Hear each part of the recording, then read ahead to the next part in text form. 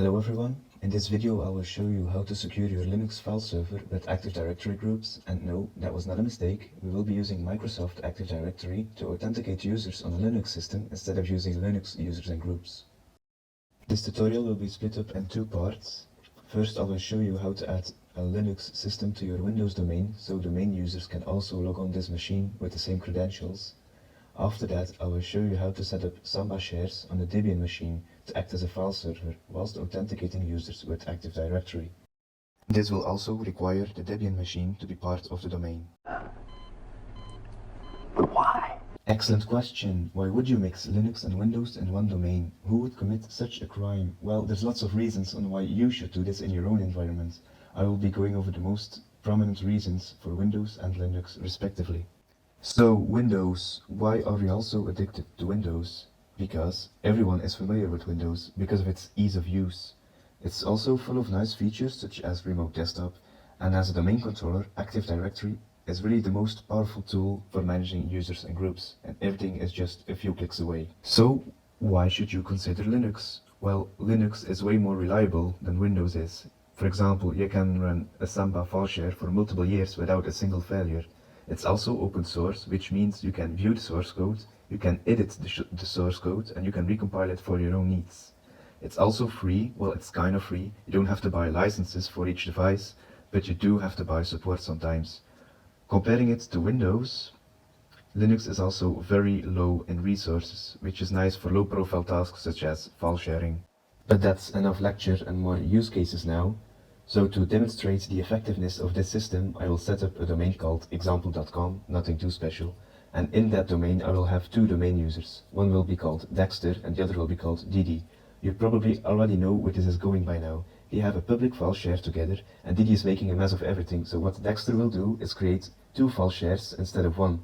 One will be called public and will be accessible to all domain users, including Dexter and Didi. The other one will be private and will only be accessible by domain members of a specific group which Dexter will decide. That way Didi can't access the private share. Now let's talk network topology for a second now, shall we? I'll start off by saying that everything is being virtualized in VMware Workstation, and the network topology has been made extremely simple for demonstration purposes. At the left of the diagram you can see we have a firewall and a router. This will be APF stands. It doesn't really matter, but it's also our default gateway, so yeah. Next to that we have our big server, which will be our Windows server with our Active Directory. It will be running the domain example.com. Next to that we have one or multiple file servers, which will be running Samba shares on a Debian 8 machine. At the bottom of our diagram we have one or multiple clients. For this example we'll be using Ubuntu, but it should work with each client distribution that has the required packages. Now allow me to summarize the information we have been given so far. We'll be using Active Directory on the Windows Server 2012 R2, our domain will be example.com, our Kerberos realm will be example.com, but in capitals. It's very important that you put the Kerberos name in capitals or it will not work. Our workgroup will be just example. Our domain controller will be running on the IP 192.168.100.2 or via DNS at dc.example.com. Our Windows server will also be running supporting services such as DNS and DHCP. Our file server will be running Debian 8, which is the most recent version of Debian at time of making this video. It will be running at 192.168.100.3 or at fileserver.example.com. We will not allow domain users to log into the file server for security reasons. The Ubuntu machine will be our client machine. We will be running Ubuntu 16.04.1 long-time support, which is also the most recent version available at the time of making this video. Our Ubuntu client will be configured to use the Windows DHCP server at startup. I know many of you are getting very impatient to get behind your command lines, but let me just set this one thing straight. In order to integrate a Linux machine into a Windows domain, you need one of these two services. The first one is called System Security Services Daemon, the other one is called Winbind. What's the difference? Well, it's hard to tell because they achieve the same purpose. So which one should you pick? Well, it depends on your needs. I'll have a link in the video description to the Red Hat Enterprise Linux blog, and there's some article there that explains really well which daemon you should be using in which scenario. So that's all the information you need to know to get started. So let's get into it. So yeah, welcome back, gang. We're done with the slides now. So we are behind the desktop of our domain controller right now. I just want to show you around. We have our Active Directory, of course, running, and we have the DHCP and DNS service running, so everything is okay. When I take you around to the users and computers, we see that I've created a small structure with company and employees, and in the employees folder we have, or organizational unit I should say, we have DD and Dexter, and we also have two groups, a global group and a domain local group. In the global group we have our users who will be accessing the private share, so the domain administrators, of course, and Dexter. And this global group is a member of the domain local group, and the domain local group will be the actual group that receives the permission. So it's just a way of organizing things clearly. And just to verify that we have an internet connection, I have a PowerShell open ping google.com, and we should get response. There we go, cancel out. And that's about everything there is to see about our Windows machine. I'll see you back at the command line of our Ubuntu. So, welcome back, people. As you can see, we are now on a root terminal on the Ubuntu 16.04 machine. What we need to do now is join the Ubuntu machine to our domain, so our domain users can use their credentials to log in to this machine. How do we do this? By installing the following packages: apt-get install, crb5 user, Samba, SSD. Yes, we will be using SSD for the Ubuntu and Winbind for the Debian machine, just to clear things up. And I'll explain what these packages do. CRB5 is for Kerberos authentication, making sure everything stays secure. So we'll just put on a realm. It will be example.com. If it didn't do that, you can edit it in /etc/crb5.conf. We installed Samba, which is for translating commands between different operating systems, such as Linux and Windows. So just making sure they understand each other. The NTP is for a network time protocol. It's to make sure the Kerberos authentication goes smoothly because it's very time based. And last but not least, the SSD is to make sure our Linux machine is able to interrogate our domain controller for users, groups, passwords, etc. So now that the packages are configured, let's get started by going to /etc/samba/smb.conf. Scroll down until you find workgroup, change workgroup to example or your whatever you are using in your case, and just type along with me, client sign yes.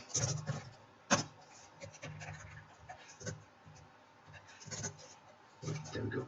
Cool. Yep. Client use sp-nego also yes. We need to use Kerberos methods. And we'll be using secrets and key tab. And we're almost there. Our realm should be, as said before, example.com. And last but not least, security, we are using Active Directory, so security should be ADS. And that's about it. Exit, save, go. Next file will be sssd.conf, but the funny thing is that it doesn't exist yet. So what I did is I've logged in using WinSCP on the server. I'll refresh. There we go. As you can see, I have created this directory SSD. It's empty because we need to create our own configuration file. So let's do that. New file, sssd.conf. Hit enter. Now I'll copy in the following configuration because it's really just too much to type. The important thing is domains should be example.com, and you should use Active Directory. These are options you can toggle in case you need them. Most important one will be override home directory, because our users need a home directory or they won't be able to do anything. So this will say domain/user. So let's save. Now back with our command line, we need to change the owner and permissions of this file. Won't be necessary for me, but just type along if you didn't use root. So do chown root for user group /etc/ss/ here we go, and change mod. I'm going to change it to 600 for the same file, so /etc/ssd/ssd.conf, and there we go. That's all the configuration done. What we need to do now is restart services. We didn't edit our NTP, but that's okay. If you want to, you can set up your own NTP server on your domain for something like that. So just use systemctl restart ntp.service, and we will restart our Samba, so smbd.service and nmbd.service. There we go. This will take a while, but it will be okay. There we go. Now we need to check if our Kerberos authentication is working. We can do that by using the following command: init plus a user. I will just use, or you should use, I should say, administrator, and it should ask for the administrator password. Notice that we are now kind of interrogating our domain here, so just type in the password. You can check if everything is okay by using klist. As you can see, I've received the ticket, everything is fine. Now, once we have the ticket, that means everything is set, so we can maybe join the domain by doing net ads join -k, and this should use a ticket to join us in the domain. As you can see, it is successful, but since we aren't using dynamic DNS, it gave us a warning, but you can ignore that, it's not that important. Once you've done that, we need to start the SSSD daemon, so systemctl start sssd.service, and there we go. Now we need to check if we can use it to ask questions to the domain controller. We can use it, do this by typing git end password, and let's say Dexter. There we go. We have now received information about the user Dexter in our domain. And if everything is correct, we should now be able to log in. Let me check by trying it. Let's see, Dexter. As you can see, I'm now logged in using Dexter, but I don't have a home directory, so let me just fix that real quick. Go to /etc/pluggable authentication module /common session. There we go. Find the line that says session required pam-linux.so and add session required pam_make home directory.so. It needs a skeleton, so just type skel equals /etc/skel, and it needs the mask of 0022. There we go. Save, exit, get out.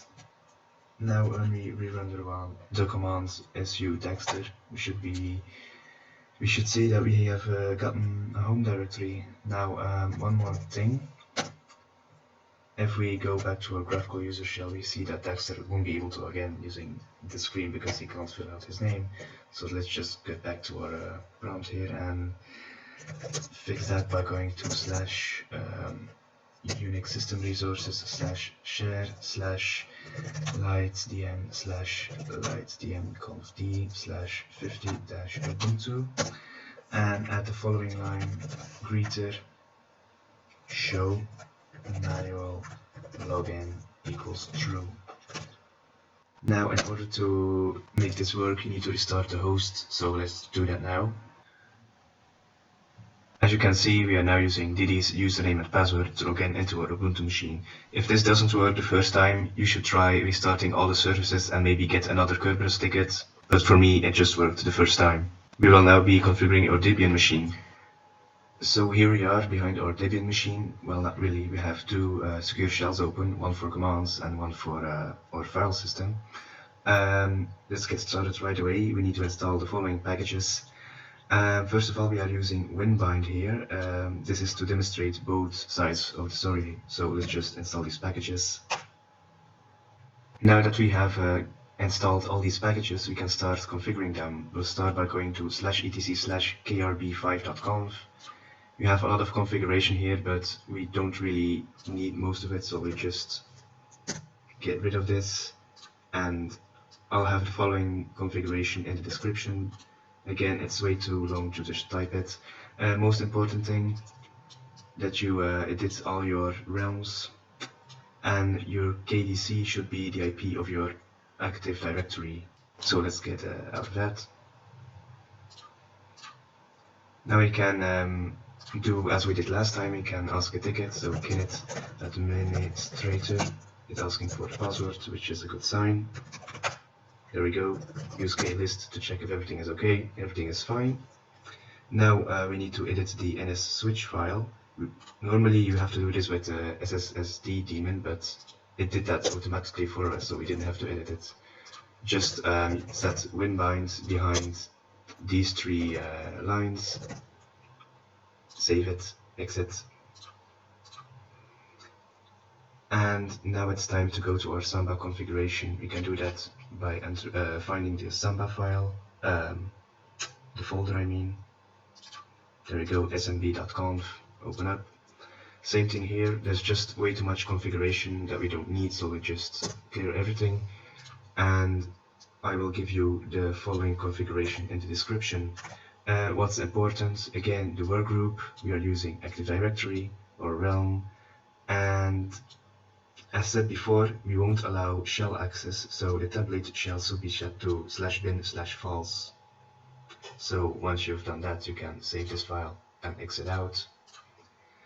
And now it's time to restart our services, so you can use systemctl restart winbind, nmbd and smbd.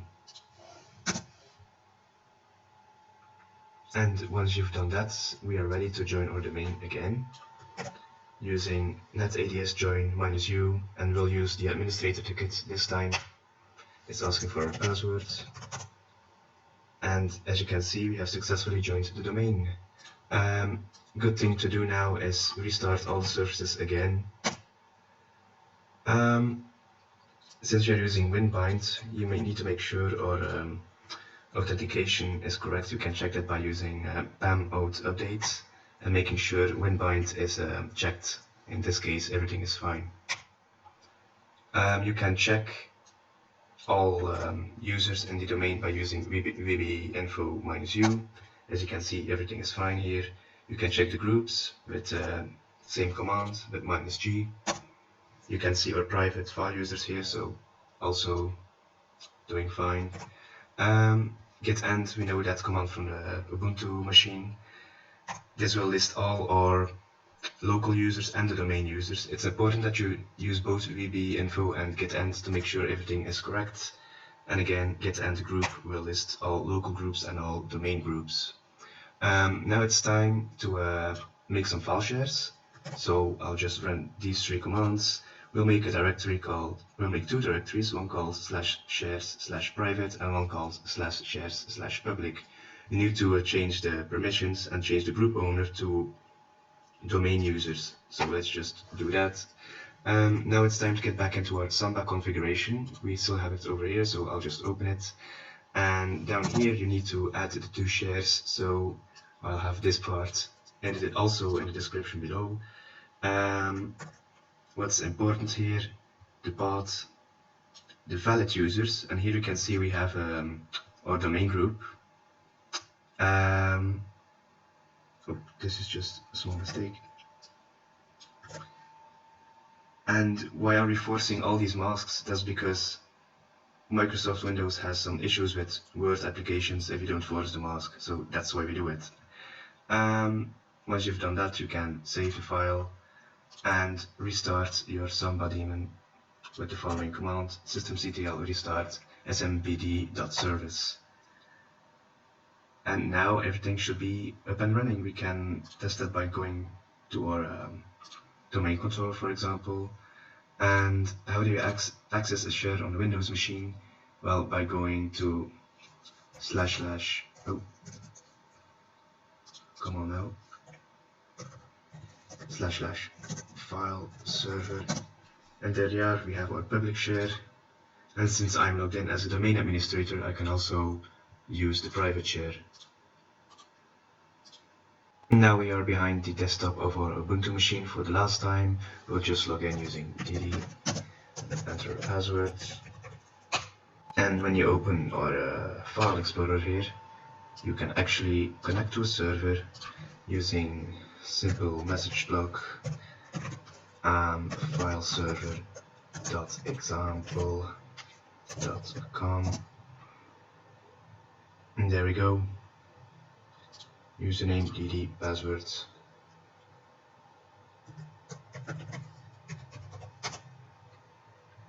We are now in our share. You can see she can access the public share, but when we go for a private share, it will ask for credentials. Now what you could do is pick another user. Let's take Dexter@example.com, enter his password, and now we will be able to connect. You can also connect to our file share using the command smb client. The command will be shown on screen. And I think that was everything I wanted to show you today. I would like to thank you for watching, and I hope you found this tutorial useful. Goodbye.